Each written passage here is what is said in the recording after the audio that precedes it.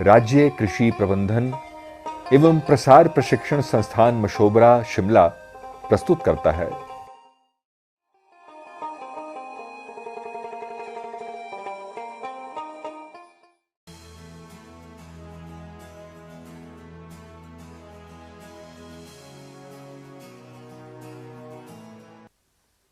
कांगड़ा हिमाचल प्रदेश का एक ऐतिहासिक नगर है तथा कई दृष्टि से महत्वपूर्ण जिला भी है। इसका अधिकतर भाग पहाड़ी है, जिसके उत्तर और पूर्व में क्रमानुसार लघु हिमालय और बृहत हिमालय की हिमाच्छादित श्रृंखलाएं स्थित हैं। जगह जगह देवस्थान हैं, अतः कांगड़ा को देवभूमि के नाम से भी अभिहित किया गया है। धौलाधार की हिमाच्छादित पहाड़ियों में बसा जिला कांगड़ा प्रदेश का वो हिस्सा है जिसे हिमाचल प्रदेश का अग्रणी जिला कहा जाता है। इस जिले ने देश को असंख्य वीर सैनिक दिए हैं। जय जवान जय किसान के नारे को मूर्त रूप देते हुए जालिम सिंह मनकोटिया जैसे लोग ऐसे सिपाही हैं जो गांव में रहकर अन्न उत्पादन कर देश की रक्षा में एक किसान के रूप में अपना सहयोग दे रहे हैं। जैसे सिपाही सीमाओं पर रहकर देश को समुन्नत बना रहे हैं, वैसे ही हमारे किसान गांव के अंदर रहकर, घर में रहकर कृषि बागवानी के माध्यम से देश को समुन्नत बना रहे हैं।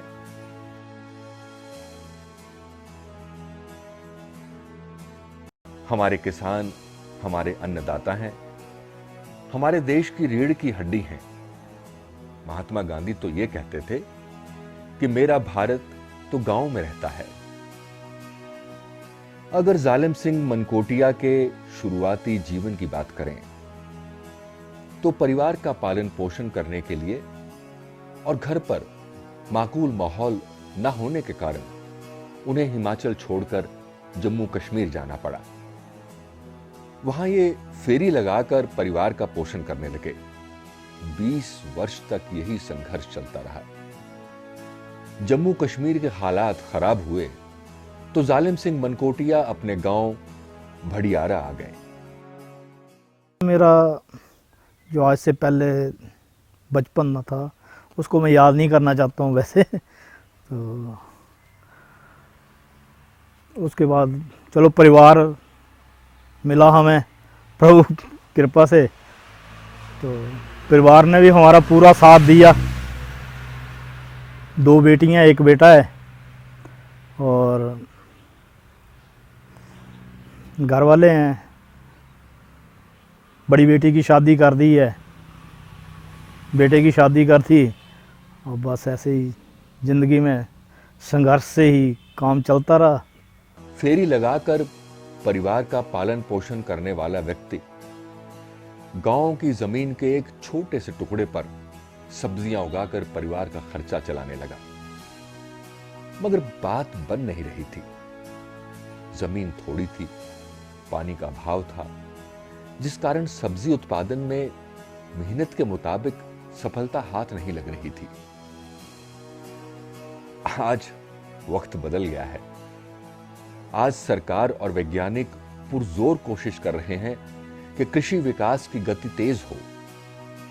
कृषि क्षेत्र के विकास हेतु सूचना और ज्ञान को किसानों तक पहुंचाने में कृषि विज्ञान केंद्र अपनी बहुत ही महत्वपूर्ण भूमिका निभा रहा है। जालिम सिंह मनकोटिया के बेटे नरेश कुमार मनकोटिया ने भी अपनी पढ़ाई पूर्ण करने के बाद पिता की सहायता कर इसी व्यवसाय को और आगे ले जाने का बीड़ा उठाया, क्योंकि उसे अपने पिता के संघर्ष वाले दिन याद थे। उसने फैसला लिया कि अपने गांव में रहकर, अपनी माटी में रहकर अपने लिए, समाज के लिए, प्रदेश के लिए, देश के लिए ऐसा काम करना चाहिए जिससे सभी का विकास हो। मैंने खुद अपनी शिक्षा जो है वो ग्रेजुएशन लेवल तक कंप्लीट की है। उसके बाद मैंने कुछ कंप्यूटर का कोर्स भी किया था और उसी फील्ड में मैं चाहता था कि कोई मेरे को अच्छी जॉब मिले, लेकिन इतनी अच्छी जॉब की अपॉर्चुनिटीज़ नहीं होने के कारण मैं उस साइड ना जाते हुए अपने पिताजी के साथ जुड़ गया और जो वो काम कर रहे थे उसी को आगे बढ़ाने के लिए उनके साथ जुड़ा, और आज उनके साथ ही मैं इस व्यवसाय को आगे बढ़ाने की कोशिश कर रहा हूँ। बागवानों की आर्थिकी में आशातीत परिवर्तन आया है। अत्याधुनिक तरीकों को अपनाकर वैज्ञानिक तरीकों से कृषि बागवानी करके किसानों की तकदीर बदल गई है। जालिम सिंह मनकोटिया भी कृषि विज्ञान केंद्र कांगड़ा के सहयोग से मशरूम का प्रशिक्षण लेकर मशरूम के कारोबार से जुड़ गए। मशरूम की खेती ऐसी खेती है जिसके लिए ज्यादा जमीन व ज्यादा पानी की आवश्यकता नहीं होती। मशरूम की खेती करके जालिम सिंह मनकोटिया ने अपने जीवन में जबरदस्त बदलाव लाया। इस तरह से फेरी लगाने वाले इंसान ने संदेश दे दिया कि जिंदगी जिंदा दिली का नाम है। खेती से हमें प्रेरणा मिलती गई कि नहीं, इसमें भी कुछ हो सकता है, कुछ कमा सकते हैं, अपने बाल बच्चों को इसमें से पाल सकते हैं हम। तो वैसे किया। सबसे पहले मैंने सब्जी का काम शुरू किया, वो भी मुझे प्रेरणा केवी के कांगड़ा से मिली। वहाँ डॉक्टर संत प्रकाश जी थे, उन्होंने मेरे को जो शब्द बोले वो आज भी याद है मुझे। वो कहते हैं कि मैं आपकी पैसे से मदद नहीं कर सकता हूँ क्योंकि हमारे पास तो विज्ञान है, तो मैं आपको विज्ञान बांट सकता हूँ। तो उन्होंने फिर जैसे जैसे बताया वैसे करते रहे। फिर उन्होंने काफ़ी हमें मतलब हेल्प हमारी बहुत ज़्यादा की उन्होंने। फिर वैसे वैसे बढ़ते गए। फिर कुछ टाइम केवी के जाते रहे तो मशरूम ट्रेनिंग आई हुई थी एक, तो मैंने कहा क्यों ना मशरूम ट्रेनिंग कर लें। तो मेरा आज जालिम सिंह मनकोटिया सफलता के शिखर पर बैठा वो इंसान है जिसने अपने जैसे बहुत लोगों को जीना सिखाया है। आज मनकोटिया अपने क्षेत्र में, प्रदेश में और देश में मिसाल बन गया है। मैं पहले गाड़ी चलाता था, उसके बाद मैंने सोचा कि क्यों ना कुछ काम करूं। मनकोटिया जी की हेल्प से उन्होंने मुझे बताया कि मशरूम का काम करो, उससे बहुत अच्छा लाभ मिलेगा। फिर मैंने काम शुरू किया। फिर पहले तो 50 बैग लगाए, उससे काम शुरू किया। फिर चलता गया आस्ते आस्ते, फिर 1000-2000 बैग तक पहुंचा हूं। और केवी के वाले हमें सोलन ले गए एक बार। फिर वहां पे उन्होंने बताया मशरूम के बारे में, उनकी बहुत हेल्प मिली हमें, उससे हम प्रेरणा ली और हम आज मशरूम का बहुत अच्छा काम कर रहे हैं। जो संघर्ष है उसके बारे में, एक तो हमेशा मैंने ध्यान रखा कि लगन और मेहनत ये सबसे पहले है, तब आदमी कहीं जाके अपनी मंजिल को ढूंढता है। तो किसान भाइयों, सबसे पहले तो मैंने 150 बैग से काम शुरू किया। ये नीचे मेरे कमरे हैं, इसी उसमें 150 बैग बांस का स्ट्रक्चर बना के काम शुरू कर दिया। तो 150 बैग से थोड़ा मुझे लाभ होना शुरू हुआ, तो मैंने आस्ते आस्ते इसको काम को बढ़ाना शुरू कर दिया। जो भी मेरे पास खाली कमरे थे, बेस्ट कमरे थे, उनको मैंने इस्तेमाल कर लिया। तो उससे मेरा परिवार का पालन पोषण ठीक ढंग से चलने शुरू हो गया। और बच्चों को तो मैं यही कहूँगा कि आप अपने घर में ही रह करके कोई छोटा मोटा, सरकार की बहुत स्कीमें आ गई हैं आज, इतना प्रोत्साहन कर रही है सरकार। पहले ज़माने में तो कुछ हुआ ही नहीं करता था। आज तो सरकार बच्चों को बोल रही है आप करने वाले बनो, हम आपसे, हाँ हम करवाते हैं आपसे। तो सरकार की तरफ से तो मदद पूरी मिल रही है।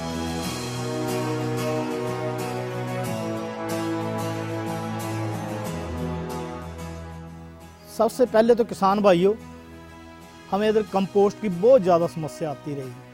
जब ट्रेनिंग की तो कहते हैं कि आपको खाद पालमपुर में मिल जाएगी। पालमपुर में खाद मिलती नहीं है क्योंकि वहाँ पूरा ही नहीं हो सकता है, खाद कहाँ से लेके आएँ। फिर इंदौरा में प्राइवेट खाद ली, उसकी खाद बेकार हो गई। उसके बाद इतना संघर्ष किया, सोलन से हमें खाद लानी पड़ी। तो इसीलिए फिर सोच रहे हैं कि इस काम को, मतलब हमने इतनी दूर दूर से खादें लाई हैं, तो अब नज़दीक हमें ज्वाली में काफ़ी बड़ा प्लांट लग गया, वहाँ से खाद उपलब्ध हो जाती है। लेकिन हम फिर भी सोच रहे हैं कि क्यों ना हम खाद भी अपनी तैयार करें, लेकिन उसके लिए आर्थिक तंगी तो हमें महसूस हो रही है, क्योंकि बिल्डिंग के लिए अब काम बेटे ने बढ़ाया, तो उसके लिए भी मैंने बैंक से लोन ले रखा है, तो उसको भी अब समय पर भरना है। उसके बाद अगला स्टेप तो तभी सोच सकता हूँ ना, जब आगे कुछ मेरे पास होगा तभी अगले स्टेप पर जाऊँगा ना। तो ऐसे नहीं है कि वही लास्ट में वही आ जाए कि किसान को आत्महत्या करने जैसे पग उठाने पड़ जाएं, वो नहीं होना चाहिए, क्योंकि स्टेप बाय स्टेप चल रहे हैं। इसीलिए मतलब हम इस काम को आस्ते आस्ते बढ़ा रहे हैं, और आस्ते आस्ते ही बढ़ाया। 150 बैग से शुरू करके आज 5000 बैग में लगा रहा हूँ। सरकार द्वारा कृषि व बागवानी में मिलने वाले सहयोग का लाभ उठाया, प्रशिक्षण व जानकारी प्राप्त कर अपने क्षेत्र में, अपने गांव में कृषि का विकास किया। प्रदेश की लगभग 90% जनसंख्या गांव में रहती है, जो प्रत्यक्ष व अप्रत्यक्ष रूप में कृषि पर निर्भर है, और जिनका मुख्य आजीविका का जो साधन है वो कृषि व कृषि से जुड़े अन्य क्षेत्र हैं। हिमाचल प्रदेश में 87.2% किसान लघु व सीमांत श्रेणी से संबंधित हैं, और वो कृषि क्षेत्र में सफलतापूर्वक कार्य कर रहे हैं। हिमाचल प्रदेश में जलवायु में विविधता होने के कारण पूरे प्रदेश में किसानों को पूरे वर्ष फसल उत्पादन के लिए विशेष करके सब्जी उत्पादन, खूब उत्पादन, बेमौसमी सब्जियों का उत्पादन व दलहन फसलों के उत्पादन के लिए अनुकूल वातावरण मिलता है, और किसान उसका भरपूर फ़ायदा उठा रहे हैं। कृषि विभाग हिमाचल प्रदेश ने इस संस्थान समिति के माध्यम से state agriculture management and extension training institute Mashobra के माध्यम से एक प्रयास किया है कि जो सफल किसान हैं उनका एक कहानी के रूप में दस्तावेज तैयार किया जाए, सक्सेस स्टोरी बनाया जाए, साथ ही साथ उसके चलचित्र भी तैयार किए जाएं, ताकि कृषि क्षेत्र से जुड़े अन्य किसान इन दस्तावेज़ों को पढ़ करके या चलचित्रों को देख करके प्रोत्साहित हों और अपने कृषि क्षेत्र में लाभ कमाएं। इस सफलता को पाने की कोशिश में वो कितनी बार असफल हुआ, शायद ये कोई भी जानना नहीं चाहता। जबकि असफलता का सामना करे बिना शायद ही कोई सफल होता है। आप इसे किस तरह लेते हैं यह आप पर निर्भर करता है, क्योंकि हर असफलता आपको बहुत कुछ सिखाती है। असफलता की राह में मिलने वाली सीख को समझकर जो आगे बढ़ता जाता है वो ही सफलता को पाता है। सफलता के लिए जितने जरूरी लक्ष्य और योजना है, उतना ही जरूरी असफलता का सामना करने की ताकत भी। शत शत नमन इस देवभूमि के माता पिता को, जो देश की रक्षा के लिए अपने बच्चों को विपरीत परिस्थितियों में आगे बढ़ने की शिक्षा देते हैं। दोस्तों, मेहनत और ईमानदारी से अपने और अपने परिवार की जिम्मेदारी निभाने वाले ऐसे लोग जो हर तकलीफ और परेशानी से लड़ना जानते हैं, हमारे लिए एक मिसाल है, जैसे कि जालिम सिंह मनकोटिया। किसान भाइयों, दिक्कतें बहुत आती हैं, परेशानियां बहुत आती हैं, लेकिन इंसान को मुसीबत के वक्त भी घबराना नहीं चाहिए। हिम्मत, लगन अपनी बनाई रखनी। कई मुसीबतें आती हैं, कई मुश्किलें आती हैं रास्ते में, उनको हटाने के लिए आपको संघर्ष करते रहना चाहिए। संघर्ष ही जीवन है, संघर्ष से ही सब कुछ आपको मिलेगा, संघर्ष के बगैर कुछ नहीं मिलेगा।